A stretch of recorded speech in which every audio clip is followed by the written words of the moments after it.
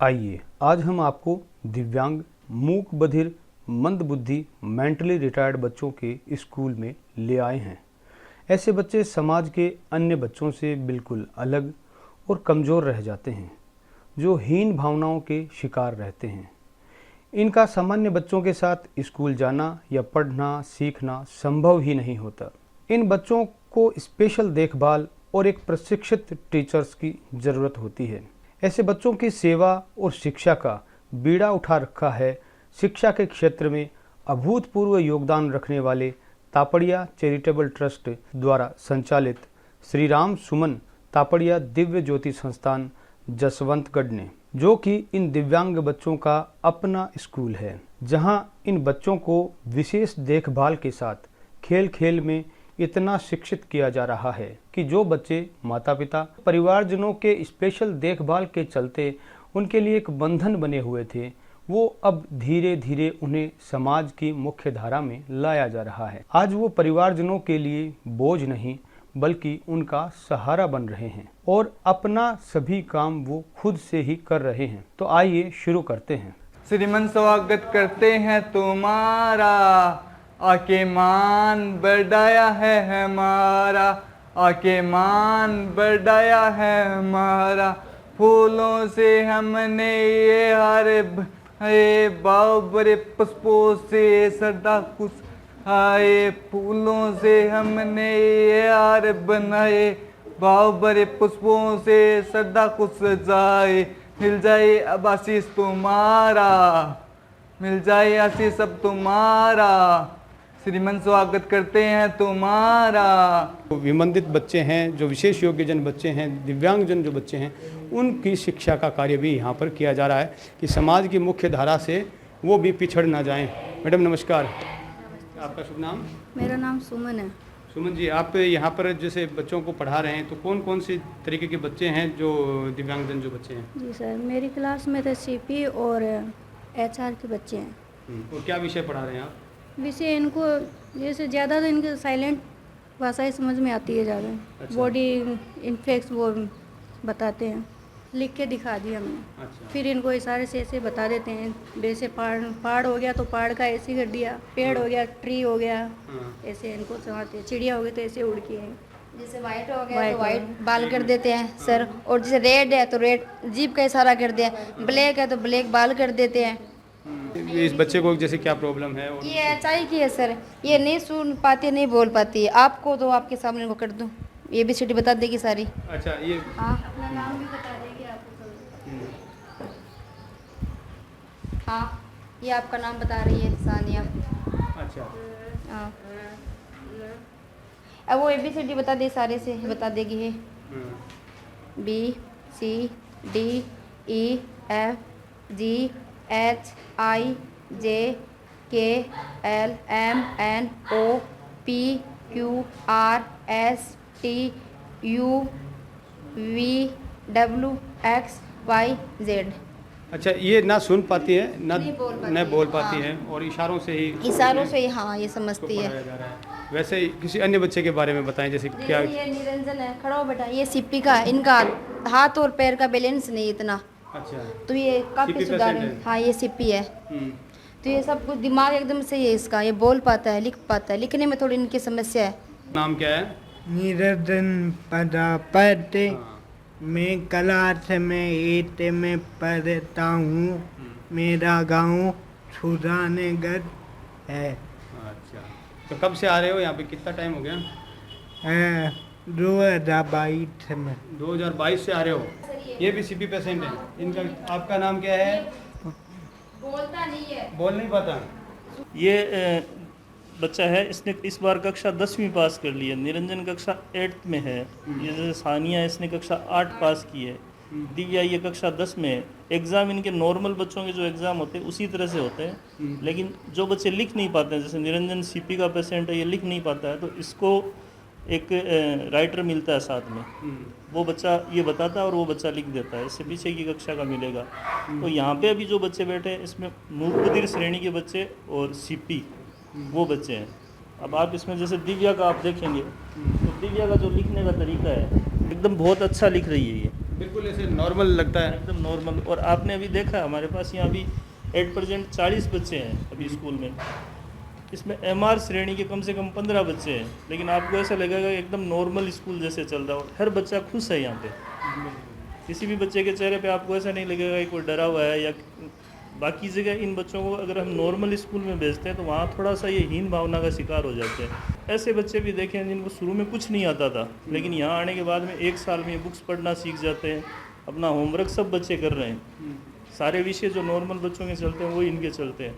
थोड़ा सा MR श्रेणी के बच्चे हैं, उनका हमें अलग तरह का एक सिलेबस बना रखा है।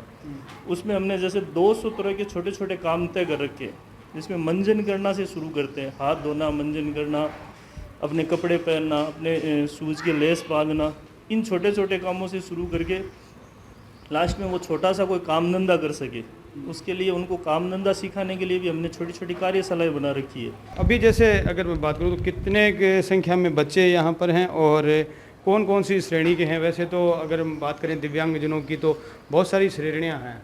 हाँ, वैसे सरकार ने अभी इनकी 26 तरह की श्रेणियां तय कर रखी है, लेकिन हमारे पास अभी जो संसाधन है और जितनी जगह है उसमें हम अभी 6 तरह की श्रेणी के बच्चे यहाँ पे पढ़ा पा रहे हैं। जिसमें मुख्य रूप से MR श्रेणी, मेंटली रिटायर्ड बच्चे हैं। मेंटली रिटायर्ड में भी 3 तरह की श्रेणी होती है, जिसमें कुछ बच्चे तो मुख्य धारा में वापस शामिल हो जाते हैं और कुछ है जिनका MR में भी जो ऑप्टिज्म जो बच्चे होते हैं, जो बिल्कुल भी कुछ नहीं कर पाते, वो बच्चे यहाँ पे अपना काम सीख जाते हैं। मतलब वो दूसरे पे डिपेंड नहीं रहेंगे। शुरू में जब वो बच्चे आते हैं तो मतलब आप ये मान सकते हैं कि उनको टॉयलेट का भी ज्ञान नहीं होता है। वो भी धीरे धीरे हम सिखाते हैं, हमारे टीचर्स उसके साथ लगातार मेहनत करते हैं।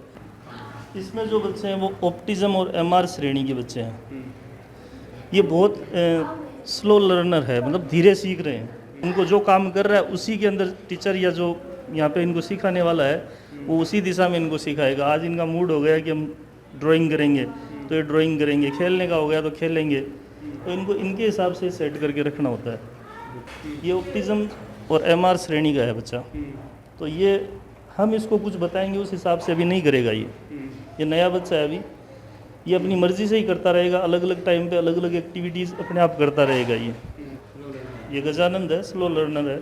वो है, उसको फेट आते हैं, मतलब दौरे आते हैं, वो भी स्लो लर्नर है। मतलब एक बार फेट आ गया, इसको हमने 10 दिन तक जो सिखाया, दौरा आने के बाद में वापस 1 से शुरू करनी पड़ती है गिनती। मतलब बहुत धैर्य से भी। हाँ, एक एक बच्चे पे बहुत धैर्य रखना पड़ता है। सरदर्शन है, वो हमारा सबसे पुराना स्टूडेंट है। इस बार इसने कक्षा 10 पास कर ली है, अभी 11वीं कक्षा के अंदर है। ओ मेरे वतन के लोगों, जरा आँख में भर लो पानी, जो शहीद हुए हैं उनकी जरा याद करो कुर्बानी। लाला जी ने केला खाया, केला खा कर मुँह पिचका के छड़ी उठाई, लाला जी के दड़ा मुँह से निकला जय श्री राम। ये सर MR प्लस CP बच्ची है, तो यहाँ पे आने के बाद में कुछ काफ़ी सुधार हुआ है। और ये भी MR, ये लड़की भी, ये भी ठीक है यहाँ पे आने के बाद में। ये जो इनको किस तरह से सिखाया जा रहा है? ये मतलब जो है ना, ये बॉक्स इसको अंदर डालना सिखा रहे हैं। हाँ, ये दोनों बच्चे से ऑटिज्म के है। ये अपनी मस्ती में मस्त रहते हैं, इनको दुनियादारी से कुछ मतलब नहीं है और ये दूसरों पे निर्भर रहते हैं। और एक तो इनको किस तरह से इनको सिखाया जा रहा है? इनको ये फर्स्ट में आया था, इनको कुछ नहीं आता, अभी टॉयलेट करना सीख गया और थोड़ा कुछ लिखना भी सीखा, खाना खाना सीख गया और जूतों की लेस बांधना सीख गया। और ये एक ही काम को ये बार बार दोहराते हैं। ये ऑटिज्म बच्चों की यही पहचान है, एक काम को बार बार करना। जैसे ये कर रहा है तो ऐसे ही लेगा ये। जब तक इस चीज़ से मन नहीं भरेगा ना, तब तक ये एक्टिविटी करता रहेगा। चाहे इसको आधा घंटा तक ये एक्टिविटी करने आप रोकोगे, फिर भी वापस यही एक्टिविटी करेगा। तो इनका जिस टाइम ऐसे मूड होता है ना कि अब कुछ सिखा सकते हैं इनको, तो जर्नली टॉयलेट में अपने आप जाना, अपने कपड़े अपने आप पहनना, साफ़ सफाई का ध्यान रखना, अपना खाना खुद खा लेना, यहाँ तक हम इनको सिखा देते हैं। तो भी गार्जियंस को इससे काफ़ी रिलीफ मिलती है। अब ये MR श्रेणी का बच्चा है। ये जब शुरू में आया था बच्चा, 1 सेकंड नहीं टिकता था, पूरे मतलब 8 घंटे रोना ही रोना होता था इसका। लेकिन आजकल ये नॉर्मल व्यवहार कर रहा है। इसको कोई काम देते हैं तो छोटा मोटा काम कर लेता है। बाकी कपड़े का सेंस है, अपना पानी पीने का है, लेस बांधना है, चप्पल जूते पहनना, अपनी चीज़ें पहचानना है, अपनी बोतल अपना बैग पहचान लेता है, खाना स्वयं खा लेता है। ये थोड़ा स्लो लर्नर है, बाकी बहुत अच्छा बच्चा है ये, बहुत ही आजकल तो इन 2-3 साल में अपने सारे काम खुद कर लेता है। कैसे हो, नमस्ते करो। ये केशव है, ये भी बहुत अच्छा बच्चा है। केशव के बारे में इसके दादाजी कहा करते हैं, केशव जब गली में निकलता है तो गली के सारे बच्चे अंदर चले जाते हैं। आजकल केशव एकदम नॉर्मल व्यवहार कर रहा है, घर पे भी और स्कूल में भी। ये पंच इंद्रिय वर्धन तेल होता है, इस तेल को हम डालते हैं। इस तेल के अंदर कुछ तो जड़ी बूटियाँ और गाय का जो देसी घी होता है, देसी गाय का, उससे बनी हुई ये दवा होती है। ये जो दिमाग की नसें होती है उनको एक्टिव करती है। तो ये हम रोज़ इन बच्चों के नाक में एक एक बूंद डालते हैं। जब हमने ये महसूस किया कि जसवंतगढ़ में स्कूल तो बहुत हैं, बल्कि बच्चे कम है, स्कूल ज़्यादा है, ये हालत हो रखी है। आपस में कंपटीशन है, लेकिन जिन बच्चों को वास्तव में सपोर्ट की ज़रूरत है, देख रेख की ज़रूरत है, उनके लिए कोई कुछ नहीं कर रहा है। तो हमने इसके बारे में विचार किया और मेरे बड़े भाई साहब श्री राम जी तापड़िया, उनकी स्मृति में मेरी भाभी जी सुमन देवी तापड़िया ने इस विद्यालय को शुरू करने का बीड़ा उठाया। देख रेख मैं कर रहा हूँ और सारा पूरा आर्थिक सहयोग उनका ही है। इसमें न केवल हम बच्चे का जीवन सुधार रहे हैं, एक तरह से जीवन दे रहे हैं, बल्कि उसके पूरे परिवार को जीवन दे रहे हैं। हालत ये है कि एक बच्चा ऐसा जो कि मेंटली रिटार्डेड जिसको कहते हैं, यानी मंद बुद्धि बच्चे जो होते हैं, उनको उनका परिवार छोड़ ही नहीं सकता। उसके पीछे दिन भर एक परिवार के सदस्य को लगना ही पड़ता है और जीवन भर लगना पड़ता है। यानी एक बच्चे के पीछे एक दूसरा एक जीवन और भी एक समर्पित हो जाता है। वो न कुछ घर का काम कर सकता है, न कोई कमाई का काम कर सकता है। तो यदि ये बच्चा यहाँ विद्यालय में 6-7 घंटे लगाता है, तो उतने समय वो व्यक्ति अपना जो भी घर का या कमाई का काम वो कर सकता है। उसके बाद में बच्चा जब घर आता है तो माँ बाप को उतना परेशान नहीं करता जितना कि वो पहले करता था। 2 तरह के यहाँ पे बच्चे हमारे पास में हैं। कुछ बच्चे हैं जो कि मतलब मूक बधिर हैं, डेफ एंड डम।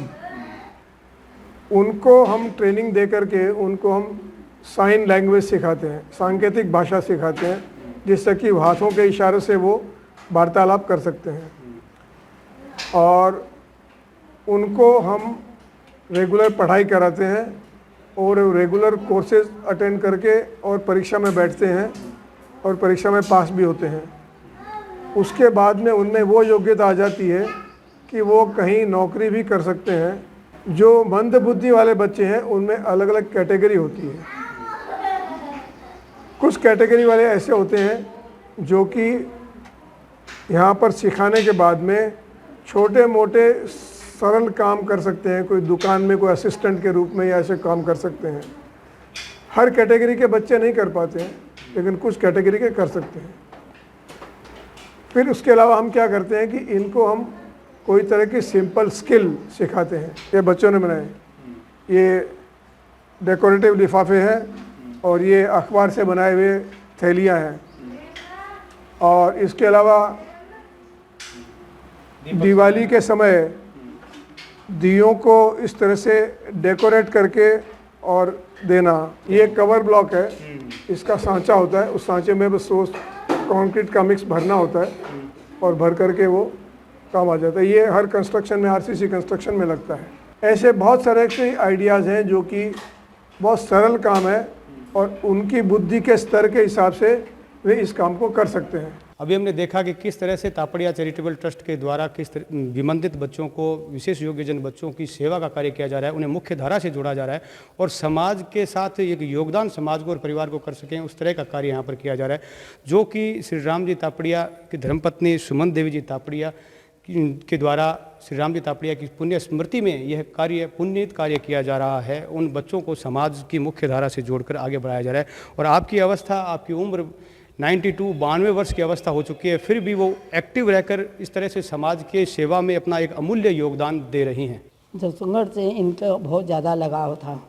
शुरू से ही मैंने देखा कि जसुंगढ़ के प्रति कोई भी बात आती तो वो तुरंत उसको करने के लिए तैयार हो जाते थे।